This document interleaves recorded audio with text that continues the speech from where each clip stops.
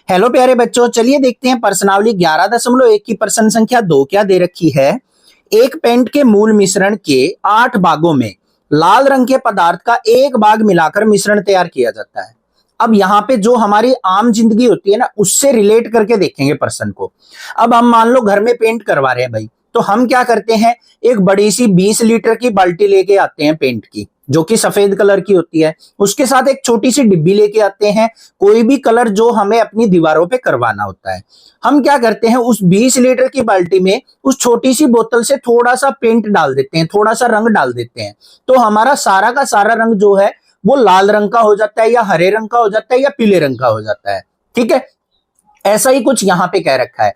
क्या कहा है उसने कि पेंट के मूल मिश्रण के 8 भागों में, मतलब 8 भाग तो हमारा सफेद कलर का है, उसमें एक भाग हमें लाल रंग का मिला के पेंट तैयार करना है।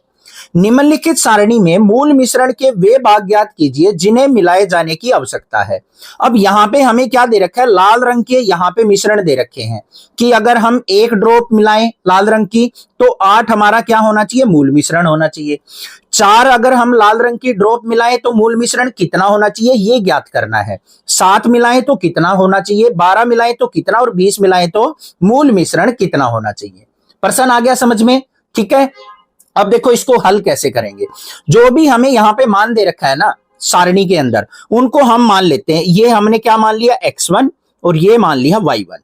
ऐसे ही ये x2, ये y2, ये हमारा x3, ये y3, और ये x4, ये y4, और ये x5, और ये y5।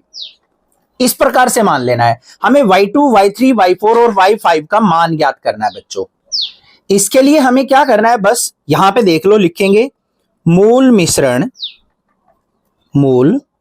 मिश्रण प्रत्यक्ष अनुपात में है, प्रत्यक्ष अनुपात में है। तो क्या हो जाएगा हमारा, बस पहले इन सब को ले लो। क्या हो जाएगा, x1 बाय y1 बराबर होगा किसके, x2 बाय y2 के।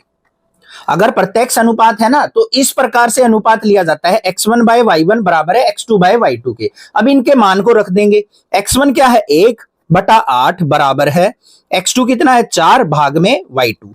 y2 का मान हमें ज्ञात करना है, तो y2 की 1 से गुना करेंगे तो y2 बराबर है 8 चौका 32। तो बस y2 का मान आ गया मेरा 32। हो गया हल। ऐसे ही अगले वाले पे करेंगे। यहां पे हम क्या रखेंगे, x1 बाय y1 जो हमें दे रखा है उसको तो ऐसे की ऐसे रखना है। ज्ञात क्या करना है हमें, x3 बाय y3। मान रख दो यहां पे, 1/8 बराबर है x3 का मान 7 भाग में y3।